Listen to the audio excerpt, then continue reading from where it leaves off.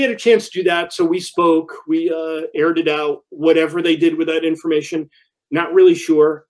It continued with the, gimmicks. Let's list them. All right. The Lex Express. We talked about this the other night.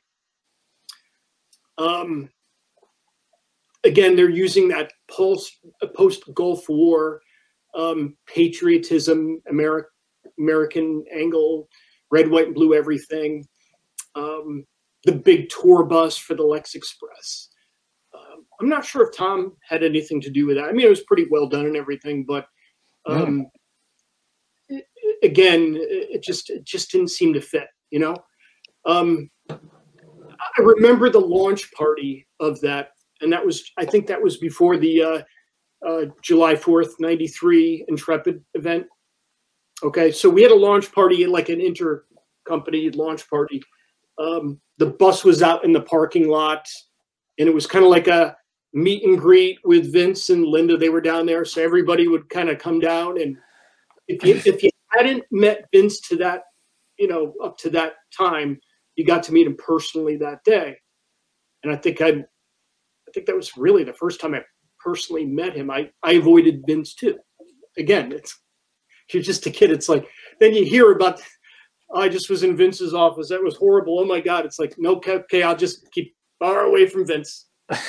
Understandable. Yep, exactly. So he greets us, and they had, they gave out WWF Superstar ice cream bars to everybody, and we all got Hillbilly Jim. I don't have an explanation for that. But the music they had playing, there was a Stars and Stripes Forever, which was used as his intro music for a long time, and it was patriotic military music from way back. God knows how old that song is. Everything was, sorry for that, that's not the voices in my head doing that either. Hope not. Everything was red, white, and blue, and it seemed stale and uninspired. Lex was a big thing back in the WCW. I mean, he was one of the top three, right? Lex, Sting, yeah, he was the guy. And then we brought him in as the narcissist, of course. Mm-hmm. Again, it was a little too much candy coating on a great talent. Yeah, for sure. It's totally not needed.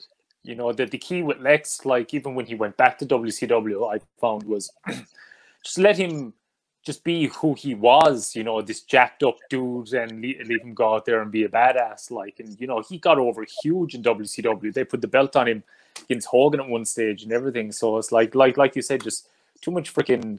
Now I love the whole Lex Express thing because that's one of my very first. I think it's probably the first memory I have even of wrestling is him slamming Yoko on the USS Intrepid and everything. And I think, but there was a lot of. Like even the music, like you alluded to, I think, that,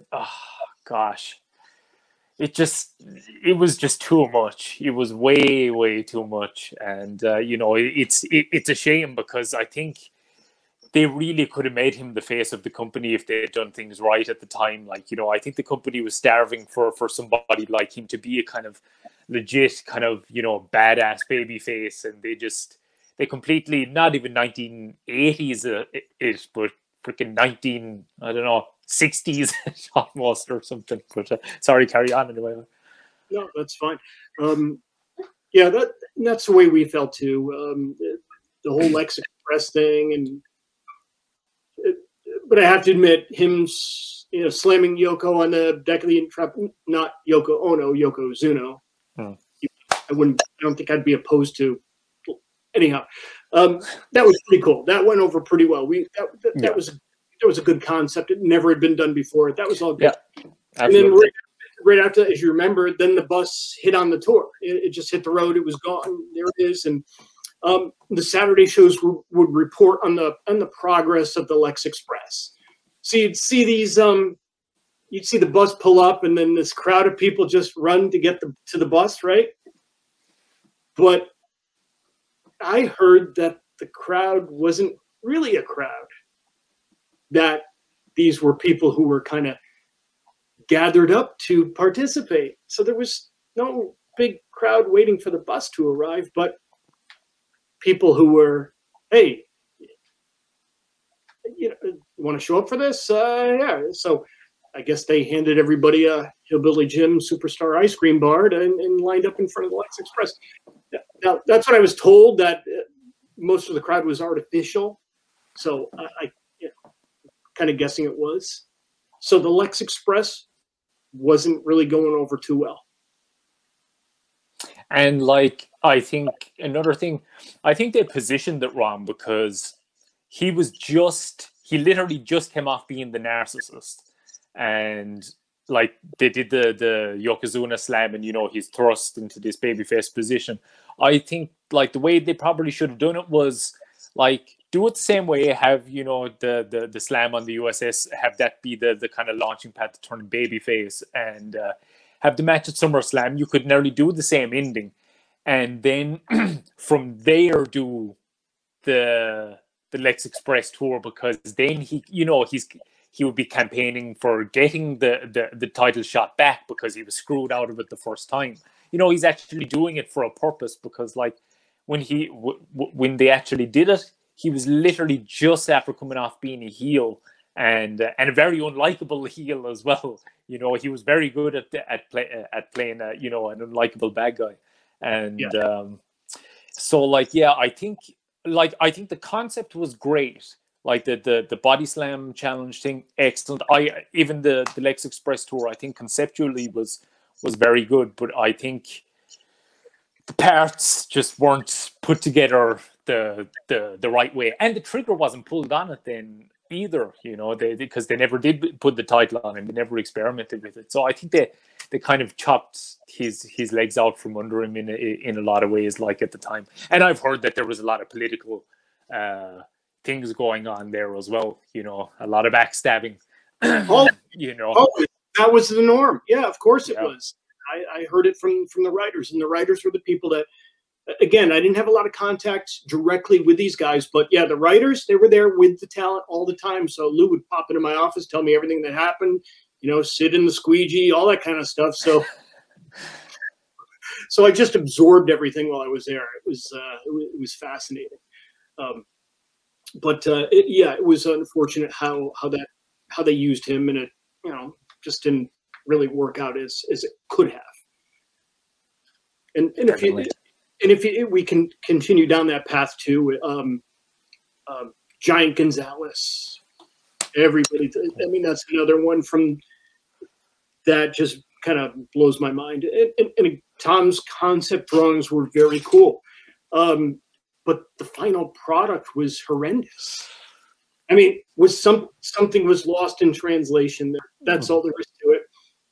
And honestly, a lot of good looking character concepts, they just don't translate well into the ring.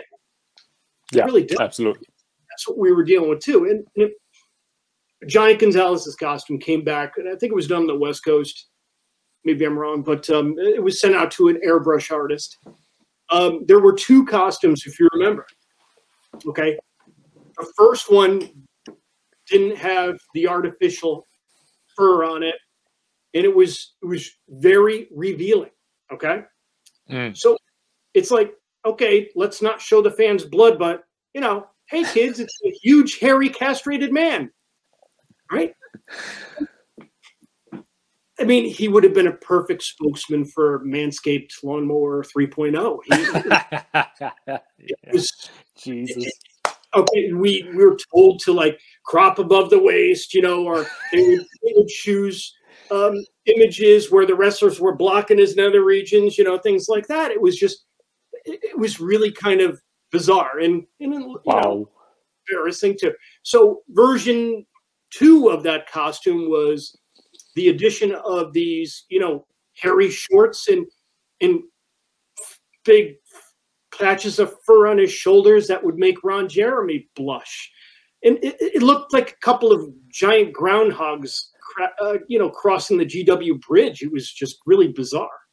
But on a side note, the guy ate chicken breasts when he came into the building that day. That's what the cafeteria guy Scott told me. 8 chicken breasts. Wow. Yes.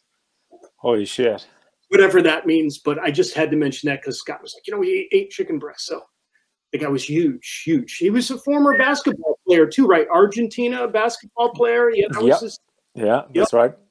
Yep, couldn't do the basketball anymore, and we tried to make it. Well, he did his WCW time too. Elegante was his name. In WCW. Yep.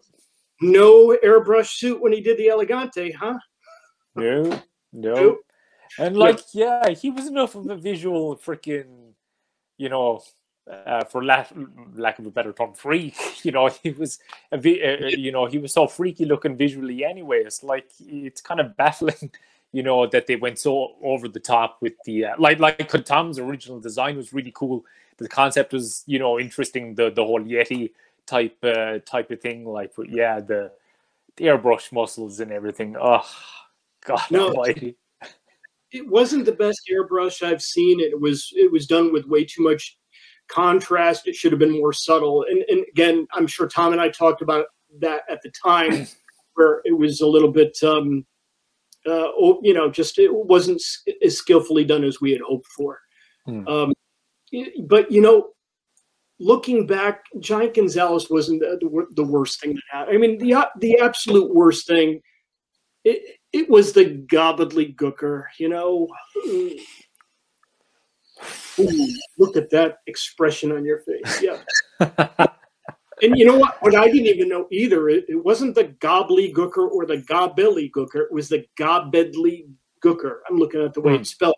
That was, and I worked for the magazine. I never picked up on that, so maybe I didn't pay attention. But I remember, yes, I was there for that. It was a 1990 Survivor Series in Hartford. I had been with the company just for a few months, and it was a bunch of us WWFers all sitting together in the same section.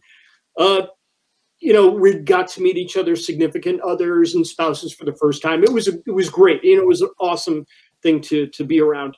The fans were quick to pick up on that we were all employees. You know, they overheard our conversations, and we made a lot of new friends. You know, they were buying us beers, things like that, talking, you know, interacting with everybody. Everything was great, perfect night. And that is until the hatching and reveal of that god-awful, psychotic buzzard bird thing. Okay? All right.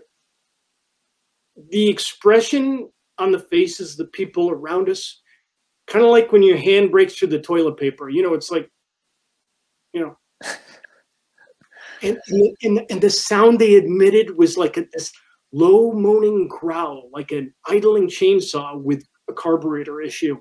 A few people actually hissed. Okay, a few things were thrown at us, and you know, who could blame them? You know, I got hit in the back of the head with the WWF Superstars ice cream bar, and yeah, and it was Hillbilly Jim. Yeah. Damn Hillbilly Jim. The bane of your existence on that ice cream bar. I mean, all right, to be honest with you, the fans were expecting the next Hulk Hogan warrior, some powerful Greek god to take the wrestling world by storm, and they got Big Bird's homeless cousin. Yeah. It was that was eye-opening. And that was Hector Guerrero, I think that was under the costume, I think, wasn't it? Yes, and didn't, correct me if I'm wrong, didn't they bring out that character recently, like fairly recently again? Oh man, when was it? Remember they brought him out for WrestleMania 17 anyway, back in 2001 for the Gimmick Battle Royal, and they did, they definitely did something with him in the last couple of years. I can't remember. It might have been one of the old school Raws, maybe. I think they've done a couple of them over the last like 7 or 8 years, maybe less. I'm not sure. The one that really sticks out is when Jake the Snake Roberts came back. Like, I remember that one really vividly. But yeah, he was definitely around somewhere anyway, because like, you know, they're mad for bringing those old school gimmicks back whenever they get the chance for, you know, like those cheesy little skits. Sure. So apparently all efforts to, you know, seek and destroy that costume failed. Then that's unfortunate. We had our chance. We blew it. Okay. I mean, if you look back on the gimmick era, the industry was clearly in a transitional phase. And what we were trying to convey to them back then is what's actually where wrestling is now. These people, these wrestlers, are using their real names. The costumes are good, but there's really no gimmick stuff anymore, right? I mean, I don't really follow it too much, but I see real names, less flash, things like that. And yeah, I guess it's working. I'm not sure where the industry is right now. And yeah, like I said, to be honest with you, I don't really follow it. But that's where we thought it should have been. But it's not. The gimmick era wasn't necessarily bad. You can compare it to the hairband era of the music industry. It wasn't the best music in the world, but damn, it was fun, you know? Yeah, absolutely. Yeah. So and it was memorable as well. Like, you know, it's funny because, like, you know, as cringy as some of this stuff was, like, here we are all these years later and it sticks out, like, you know. So I guess there's, you know, a method to the madness in another sense, you know. Yeah. Again, I wouldn't trade the experience for anything in the world. It was great. You know, the death of Andre was another thing that really never saw that side of things, but it was a really, really moving experience for the company too. Andre, of course, he's legendary, top 5 wrestlers, and I didn't realize what kind of a person Andre was. Hadn't worked with him, and as you knew, he was only doing maybe a couple of shows a year tops, right? Brought in special events, so I never really knew too much about him. But he had a lot of good relationships with people that worked there, and it was a really somber time when he passed. And he died in France, and he was brought into the back into the country. His shipping casket was actually stored in the first floor of the building. And the rumor was it was going to be used as a display for the WWF Hall of Fame. Now that kind of freaks some people out too. People kind of avoiding the first floor, the ghost of Andre, all those kind of stories. Anything weird that would happen, hey, the sink turned, stayed on by itself. It's the ghost of Andre, whatever. So I'll just say that some certain individuals had access to certain closets, and maybe certain individuals stood in his shipping casket. Maybe. We won't mention any names. Never, ever implicate anybody. No. It was just a rumor. That's all. Rumor. But, fascinating object, right? I mean, oh, boy. Yeah, that's crazy. That's mad. Yeah. And as I was noticing too, in getting older and wiser, my time there for 3.5 years, I started paying attention more to what was going on around the office, and the people who work production. There was a discussion that our circulation had once been at 1 million magazines were in circulation. That doesn't necessarily mean subscribers, but our circulation was at 1 million. I think when I first started, but as things went along, then that number went down to 700,000. We had been the #2 sports magazine in America, just behind Sports Illustrated, but we were losing steam big time. They were cutting print runs, starting to, scale back a little bit. So obvious signs that, things are not going as planned. It was around the time where the home video game markets were exploding, and those magazines, which kind of crossed into our demo, Electronic Gaming Monthly, Game Pro, etc. You know, they were really they were the new things. They were the shit. You know, they were. So I was an avid gamer too. I had every system there was, and I think Troy and I brought it up to the editors that maybe we should start getting into this a little bit and having, you know, video game reviews, maybe some user submitted stuff to, you know, take a little bit, and they were very receptive to it. They allowed us to write columns. We had our regular reviews. We were getting free video games from the manufacturers. I mean, come on, right? That was cool. Can't beat that. Yeah, can't beat that at all. So we were taking games home, reviewing them, and I wasn't a writer, believe me. Thank God for editors. Some of the crap that I would write. But it was good. But the point is that they listened to us there, and that was really cool.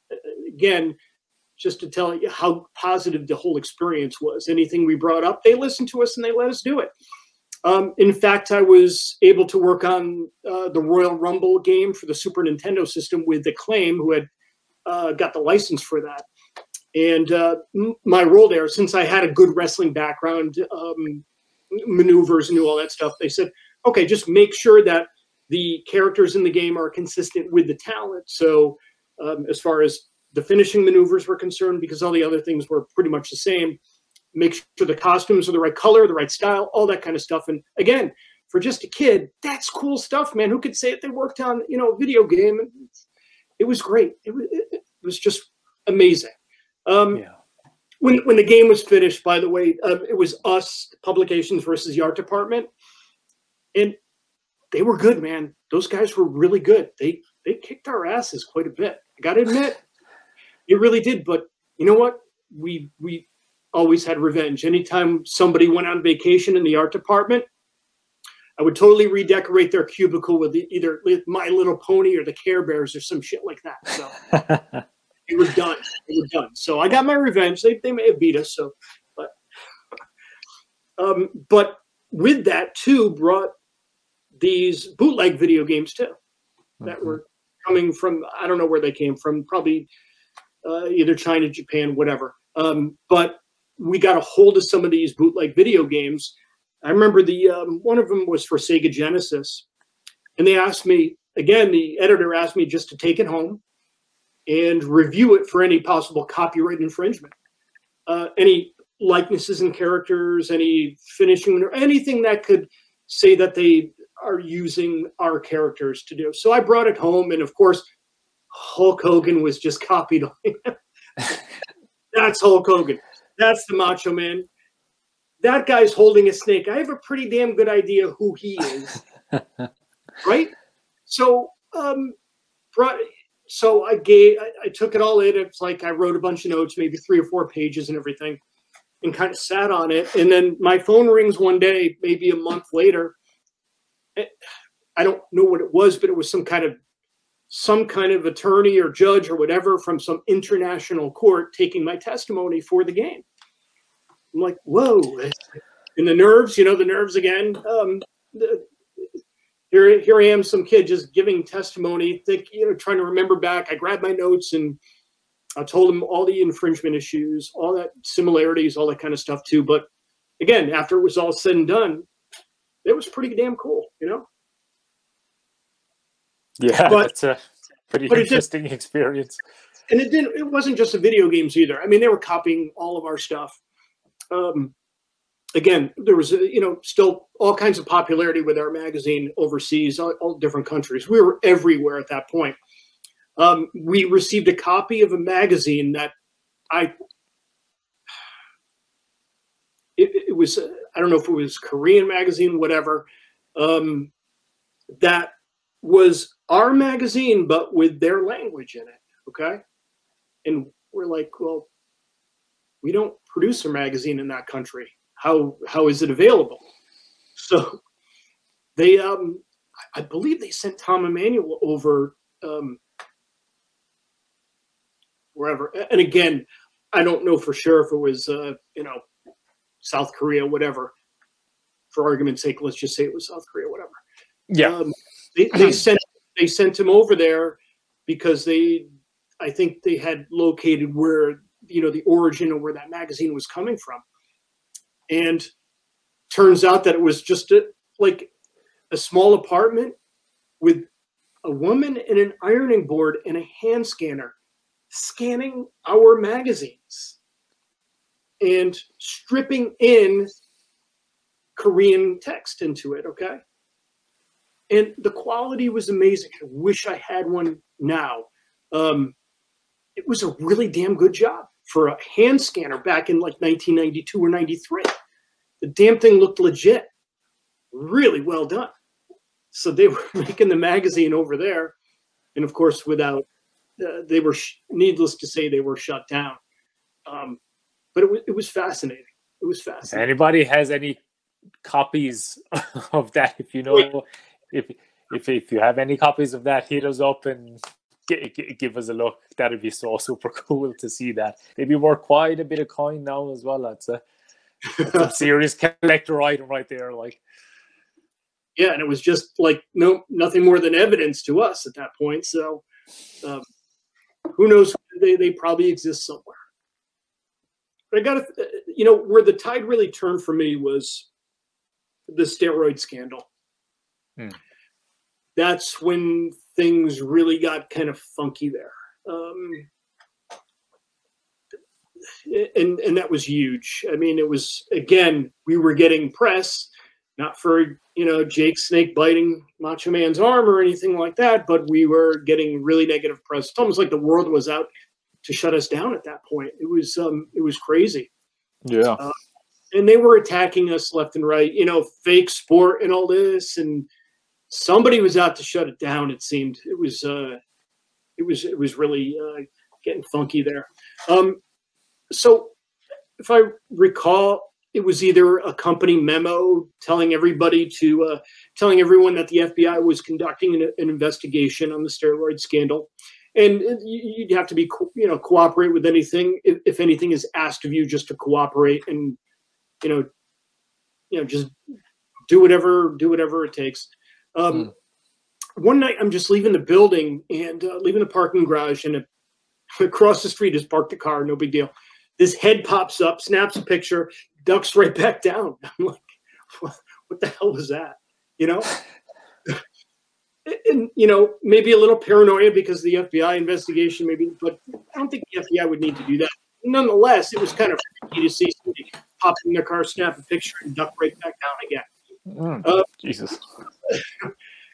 So come in, may have been that Monday or the next following Monday, come into my office, and all of the drawers, computers, everything is labeled with like an evidence tag, everything. So even the drawer with the girl's panties and the Undertaker. Like, oh shit, what are they gonna, right? Maybe that's how that file came to your boss's attention. Yeah, sure. So at that point I'm thinking, okay, this is getting pretty deep here. Is this necessarily something I want to be involved with? Okay, it had nothing to hide other than Elizabeth's blanks. Okay, all right, get it. But, I was starting to think maybe it's time to start looking, because I don't know where this is going to go. I don't know what's going to happen to the company. The company's already starting to look kind of funky, and could this be the end? Could they bring him down? I mean, like, out of business? So that's when I started to have my doubts, and it was, still love the job and everything, but, is something happening? And I remember exactly the 1993 holiday party. Oh my God. Absolutely dismal. Okay. That was awful. You can tell morale was at its all-time lowest at that point. And again, you could see the cost-cutting measures too, because company's hemorrhaging, so you scale back at the holiday party. At least it was open bar. Otherwise, I probably wouldn't have showed up. Okay, that's whatever.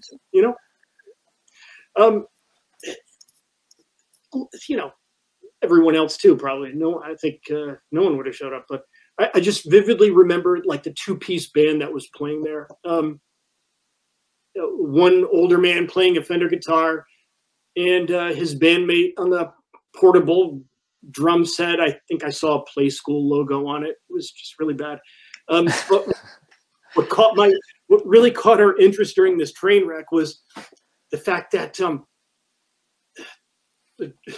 the drummer had this more than obvious toupee that he was wearing, and with every beat of the drum, that thing started to shift. So that was the entertainment for the evening. That was, I mean, was it worth the? It was probably worth it just to see that. We laughed our ass off, but at that point, I pretty much knew it was time to move on. I didn't have a lot of faith in what was going forward at that point. Everything I was seeing, I started to pay attention more. So that was it. I went out to seek a job, found a new job, gave my notice. The last day of work for me was WrestleMania 10. It was a fan festival. It was the first really true fan festival. They had a couple of years prior, but they weren't. The wrestlers weren't. They didn't have that number of wrestlers easily accessible. Sorry. Hold on 1 second. Dutch card. Yes. It was a good event. It went really well. We got to meet everybody. The 1, 2, 3 kid. He had his eyebrows this time. He was at our booth, and really cordial guy. Again, we got to meet a lot of different wrestlers, fans from all over the world.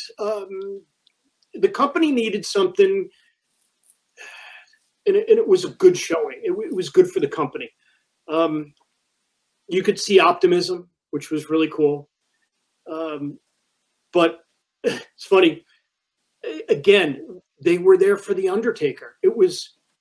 His display was, there was a coffin. It was really well. They put all the money into his display there. Tons of fans, you name it.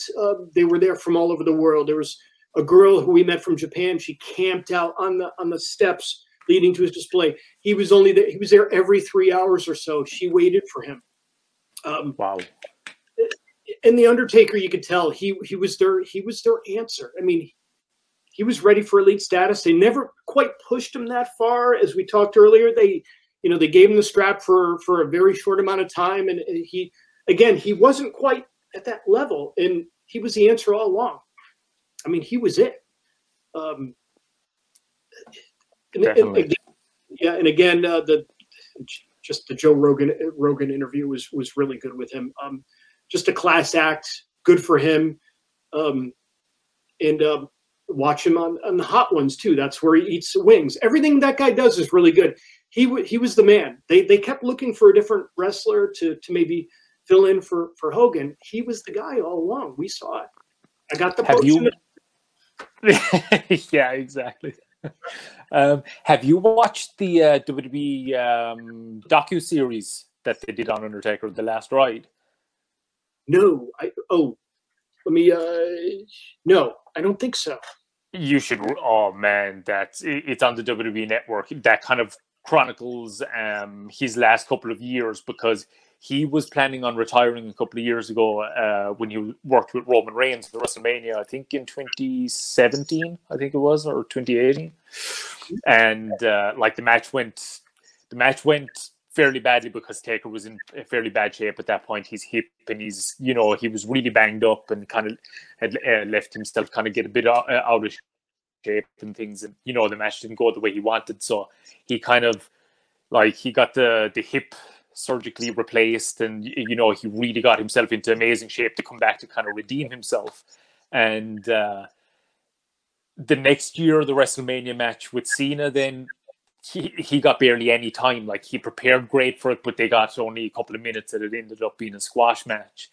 And then he started having more matches, trying to end things on the right note. And something would just always happen. So like it was like this 4-year process of him trying to come to terms with retiring, and they chronicle it all in the docuseries. It's freaking amazing, man. You'd love it. I strongly recommend watching that now. It's really good and really revealing. Like he goes really in depth into his personal thoughts on everything, like, you know, more so than he ever has before. Like, so I'd really recommend watching that. That's excellent.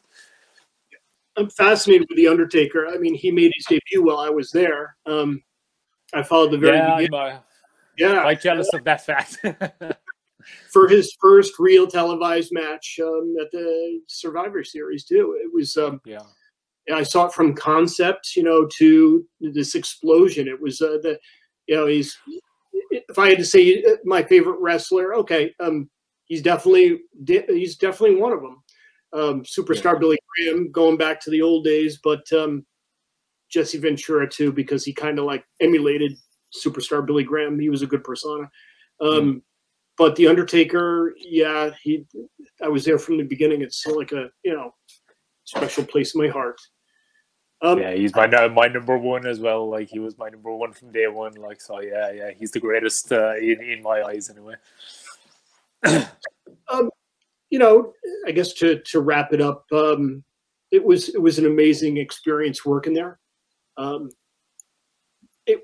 Everybody was very cool. I never really had anything negative there. You know, whatever happened, Steroid Scandal, it was, you know, it is what it is. It was all great. I had such a blast. If I had a chance to do it to this day, keep it as a career, it would have been great. But HR department was pretty much building a holding cell for me at the end there. So I don't think I could have continued there. I would have gotten. Well, I just would have. But it was a blast. And you know what? A group of us that work together, we still get together on occasion. We're still friends and everything. And we all had positive experiences working there. In fact, we're overdue for a get together. But you know, if I had to tell everybody today, watch The Dark Side of the Ring. Really good. Get a different perspective on the whole thing. Get a real behind the scenes. The movie The Wrestler. Okay, that was really well done. That's the reason I became an actor. Yeah, no kidding. Really. Wow. Yeah. Wow. Because like I was telling you before, that was it kind of mirrored in a roundabout way. It kind of mirrored what I kind of went through, because like I wanted to become a wrestler so bad, and you know I physically couldn't do it, and it was just all I knew. You know what I mean? Wrestling was just all it's still pretty much all I know. But so when I saw that film, it just blew me away. Like, you know, and it kind of clicked in my head. Then like, okay, maybe like I can do that. Like, I mean, you know, I'm not dealing with the physicality. You're still telling a story. You're still eliciting emotion. You're still performing, but, you know, without the physicality. So that's what got the wheel spinning in my head. And like Mickey Rourke's performance in that is just, it's criminal that he did not get the Oscar for it that year. Criminal. Yeah. That's on one of my regular rotating movies that I watch too. It's like comfort food, that movie. It was just so well done. And also the Iron Sheik's movie that's out too. And I know you haven't seen it yet. You need to see that movie. Oh I God. Might actually throw that on tonight. Now that you've reminded me of it, I'd say I might throw that on tonight. Yeah, that was really eye-opening too. And you know, and I got to say, you know, support your local wrestling events, your wrestlers. Based on the movie The Wrestler. These guys were once at the top of their game. They were working arenas. They were big superstars making all kinds of money.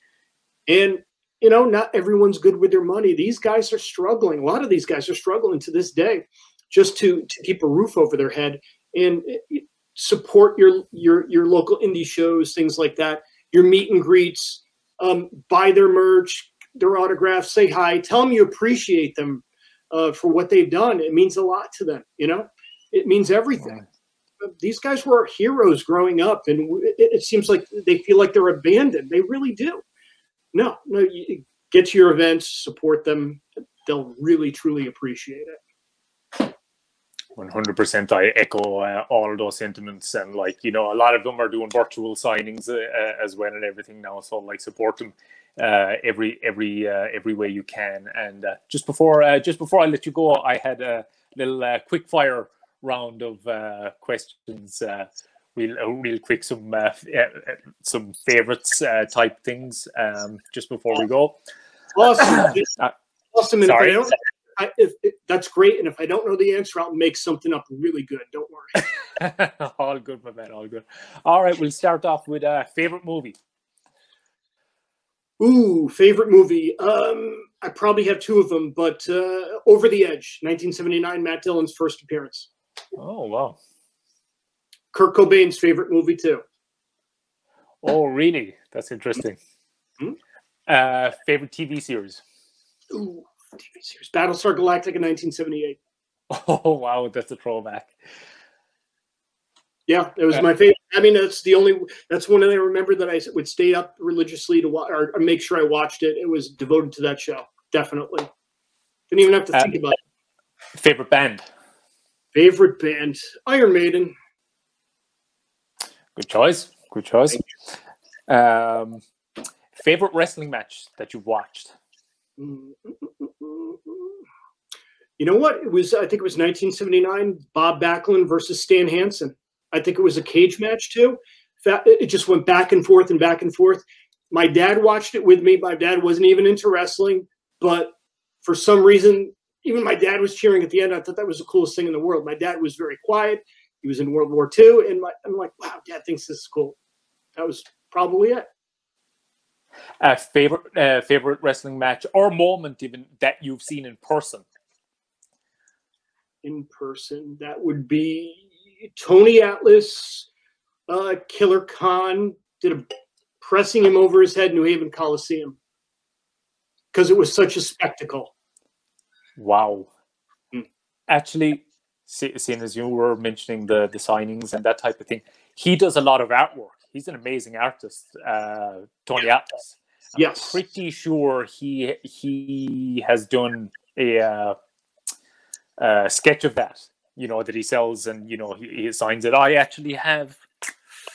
have a few of his sketches around here somewhere, but yeah, I'm pretty sure he has that one of him press slamming Killer Khan. So that's worth looking up. But, yeah. Favorite, if I know this is a tough one, like, you know, narrowing it down, but to close, favorite memory from your time working with WWF. Wow. Whoa, that's a good one. Okay. You know what? When I was probably when they wanted me on staff and I accepted the offer and everything, it made me legit. I mean, that was very cool. Yeah, things sort of changed there.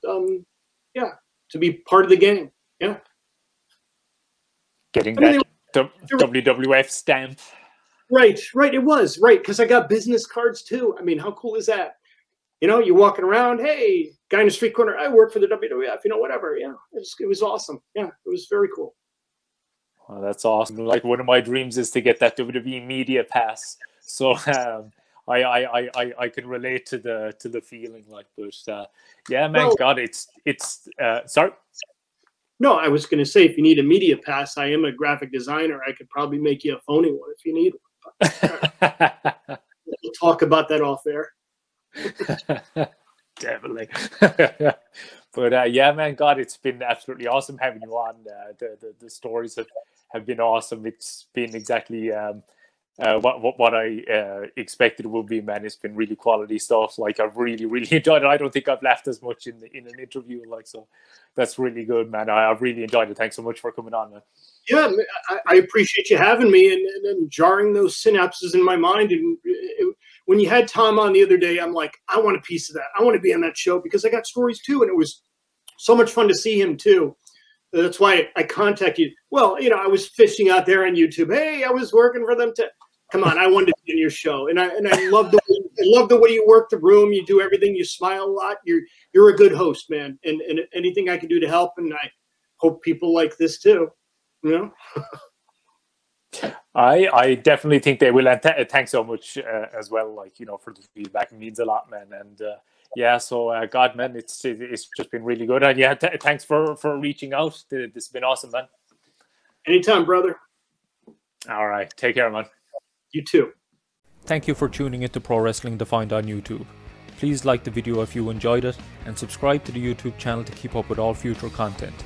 And please follow Pro Wrestling Defined on Twitter, Instagram, and like us on Facebook.